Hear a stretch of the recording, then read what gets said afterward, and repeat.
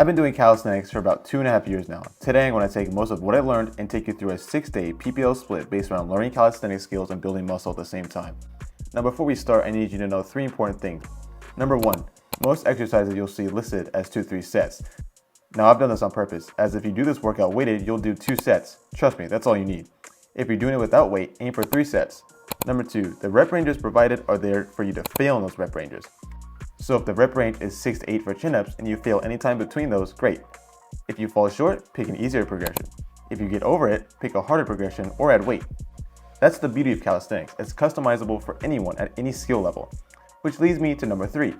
Number 3, I will try to provide progressions and regressions for each exercise. And with that out of the way, let's get started. We're kicking this workout off with planche leans for 3 sets to failure. Now when setting this up, make sure to compress and protract the shoulders and maintain a hollow body position. Now lean forward as far as you can without hurting yourself and hold it as long as you can. Next up is decline push-ups for 2 to 3 sets by 10 to 12 reps. I like to use parallettes to make sure I get a huge stretch on the eccentric to really maximize muscle growth. If you don't have any, no problem, just do them on the floor regularly. After that is diamond push-ups for 2 to 3 sets by 8 to 10 reps. Now when setting this up, most people literally think you have to put your hands together to form a diamond. This is simply not true.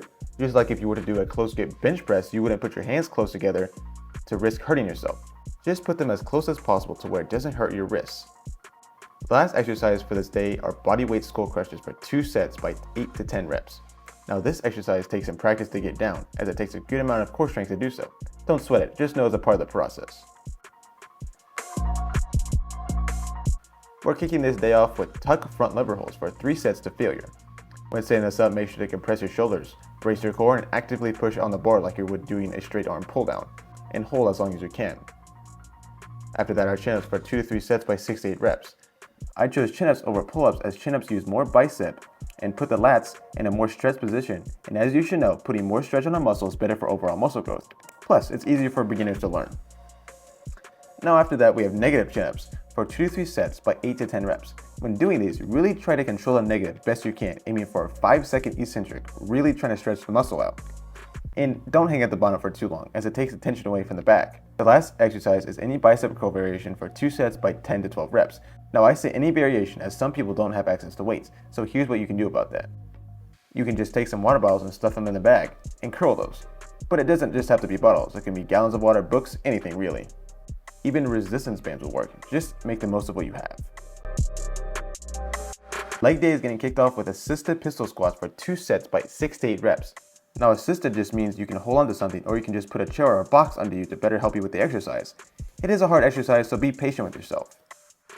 After that, we have jump squats for 3 sets by 10 to 12 reps, superset with walking lunges also for 3 sets, this time 8 to 10 reps. So this means directly after you finish jumping squats, immediately go into walking lunges. Now, we're going to be doing a lot of plyometric exercises, as training legs at high intensity either requires load or tension, and we don't have load, so we're opting for tension. There isn't much to talk about for jumping squats, so let's just talk about lunging technique. When doing these, try to take your time, and as you walk, gently tap your knee on the ground to make sure you go down all the way. Again, don't rush it. I know it's a hard exercise, but please don't. And the last exercise for this leg day are sumo calf raises for 2 sets by 12 to 15 reps. To set this up, simply take a wide stance and just start doing calf raises. This may look simple, but for the inexperienced, it can be very hard. We're going to start this workout off with a tuck planche for 3 sets to failure. Now the setup of this exercise is the exact same as the planche lean. Make sure to compress and protract the shoulders and maintain a hollow body position.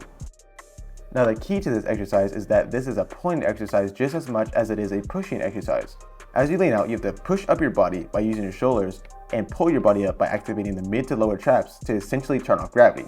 The more you do this, the better you'll get at it. Just try to hold it as long as you can. Next up are my favorite exercise, dips, for 2 to 3 sets by 8 to 10 reps. Now dips are a hard and taxing exercise. That's why it's the only chest exercise for this day. Now to set this up, remember with every single pushing exercise, excluding the planche leans and holds, remember to retract and compress your shoulders to keep them safe. After that, we have pike push-ups for 2 to 3 sets by 10 to 12 reps. A good cue to keep in mind on the concentric portion of this lift is to act as if you're pushing the ground away from you. This cue better helps me emphasize the load on my lateral deltoids, as there has not been much isolation work for them yet. The last exercise is any lateral raise variation for 2 sets by 10 to 12 reps. I chose to do the standing dumbbell lateral raise variation. But if you don't have any dumbbells, you can do the resistance band lateral raise, or if you have a backpack, just fill up with water again to perform this exercise. We're kicking this day off with front lever raises, 3 sets to failure. Now the setup is the exact same for the tuck front lever holds, compressing the traps to activate the lats, bracing the core, and actively pushing down the bar to maintain a straight body. To maintain the tension, just stop when your body is flat in the air. After that is the inverted row for 2 to 3 sets by 10 to 12 reps.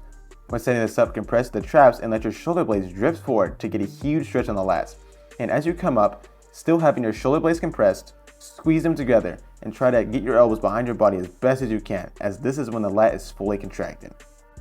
After that, we have negative pull-ups for 2 to 3 sets by 8 to 10 reps. Now the idea is the exact same for this as it was for the chin-up variation. Aim for a 5-second negative and try not to hang at the bottom for too long, as it can take tension away and we want as much tension as possible for this exercise. The last exercise is any bicep curl variation, again for 2 sets by 10 to 12 reps.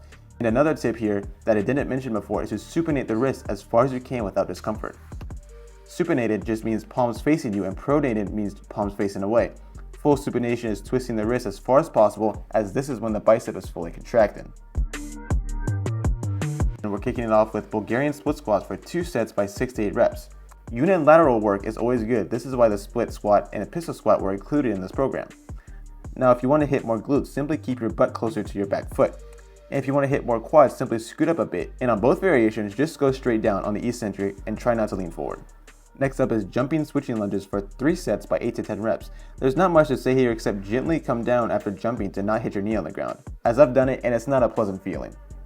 After that, we have slick floor curls for 3 sets by 10 to 12 reps. Now this is a killer bodyweight hamstring / glute exercise. You have to hold your lower body up by using your glutes while you're actively contracting your hamstrings. After that, we have single leg calf raises for 3 sets by 12 to 15 reps. So choose one side to start with and alternate back and forth until complete. God and Jesus love you. Thank you guys so much for watching. If you made it this far, from the bottom of my heart, thank you. I love you guys. Peace.